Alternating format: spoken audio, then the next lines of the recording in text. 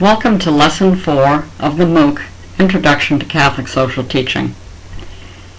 In this lesson, we're going to cover the introduction to Benedict XVI's encyclical on integral human development in charity and truth.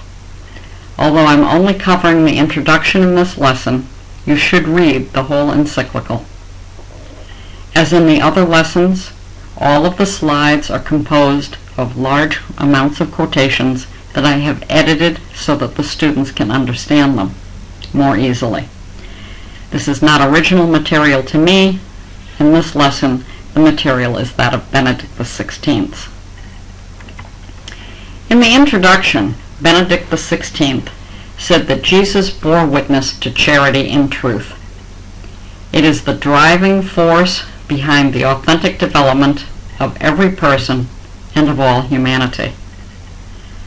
Love is a force leading people to courage and generosity in the field of justice and peace. The forms of charity are to defend the truth and to articulate it with humility and conviction.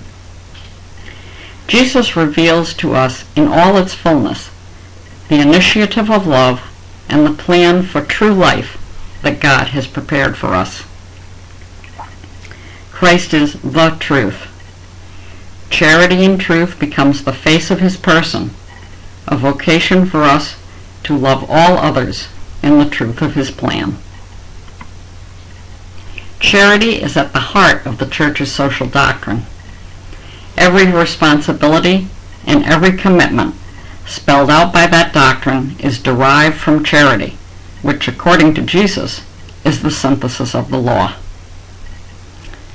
It gives substance to personal relationship with God and neighbor. It is the principle of micro-relationships, for example with friends, and macro-relationships, for example economic and political ones. For the Church, instructed by the Gospel, charity is everything, because God is love. Everything has its origin in God's love. Everything is shaped by it. Everything is directed towards it.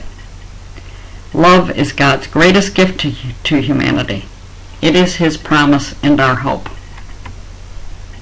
In many fields, for example, juridical and economic fields, charity is easily dismissed as irrelevant for interpreting and directing moral responsibility.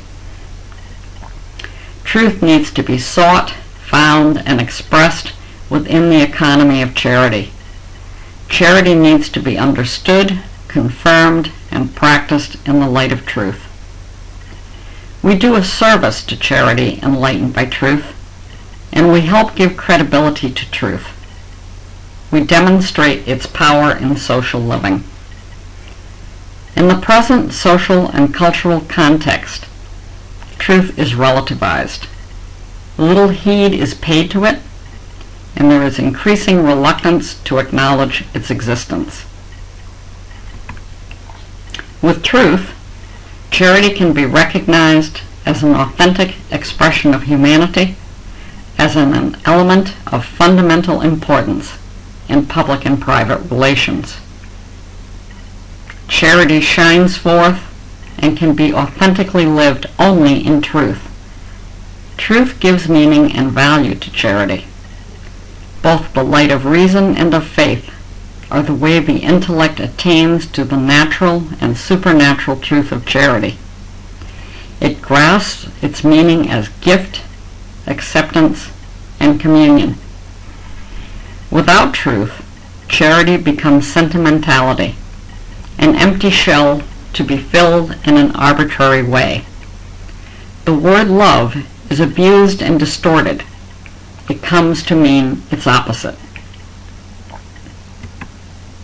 Filled with truth, charity can be understood, shared, and communicated. Truth creates communication and communion. It enables people to release their subjective opinions and impressions, move beyond cultural and historical limitations, and come together in the assessment of the value and substance of things. In the present social and cultural context, Practicing charity in truth helps people understand that adhering to Christian values is essential for building a good society and for true integral human development. Charity without truth is like a pool of good sentiments, helpful for social cohesion, but of little relevance. Charity is love received and given. It is grace. Its source is God. It is creative and redemptive love. As the object of God's love, men and women become subjects of charity and are called to make themselves instruments of grace. This dynamic of charity received and given gives rise to the Church's social teaching, the proclamation of the truth of Christ's love in society. This doctrine is a service to charity, but its locus is truth. Development, social well-being, and the search for a satisfactory solution to the grave socioeconomic problems need this truth. Without it, there is no social conscience and responsibility. Social action serves private interests and the logic of power. This results in social fragmentation, especially in a globalized society. Caritas in Veritate is the principle around which the Church's social doctrine turns. In practical form, it is the criteria that govern moral action. Two principles are justice and the common good. Charity goes beyond justice, that is, to give each his due, and never lacks it.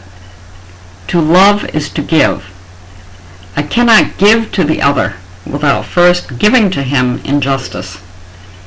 If we love others with charity, we must first be just towards them. Justice is inseparable from and intrinsic to charity. Justice is the primary way of charity. And charity demands justice. It strives to build the earthly city according to law and justice. The earthly city is promoted by relationships of rights and duties, and of gratuitousness, mercy, and communion. Charity manifests God's love in human relationships. It gives theological and salvific value to all commitment for justice in the world. The second principle is the common good, the good of all of us, made up of individuals, families, and intermediate groups who together constitute society. The common good is sought not for its own sake, but for the people who belong to the social community and who can only really and effectively pursue their good within it. To desire and work towards the common good is a requirement of justice and charity. The more we work towards a common good corresponding to the real needs of our neighbors, the more effectively we love them. Every Christian is called to practice this charity according to his vocation and the degree of influence he has in the polis. This is the institutional or political path of charity. It is as excellent and effective as the charity which encounters the neighbor directly. When animated by charity, commitment to the common good has greater worth than a merely secular and political stand. Man's earthly activity, when inspired and sustained by charity, contributes to the building of the universal city of God, which is the goal of history. In a globalized society, the common good and the effort to obtain it must assume global dimensions so as to shape the earthly city in unity and peace, making it an anticipation and a prefigurement of the undivided city of God. In On the Developments of Peoples, Paul VI illuminated the great theme of the development of peoples with the splendor of truth and the gentle light of Christ's charity. He taught life in Christ is the first and principal factor of development. We must travel the path of development with the ardor of charity and the wisdom of truth. God's grace opens our lives to gift and makes it possible to hope for a development of the whole man and of all men, for progress from less than human conditions to those which are more human.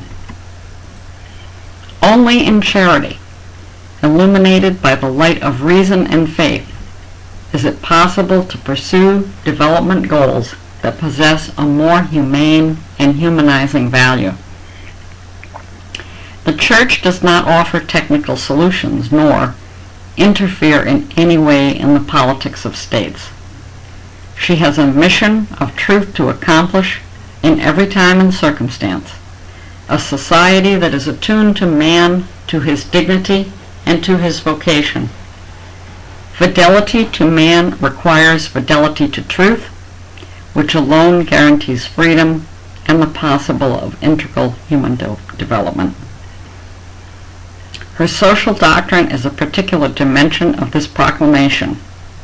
It is a service to the truth which sets us free.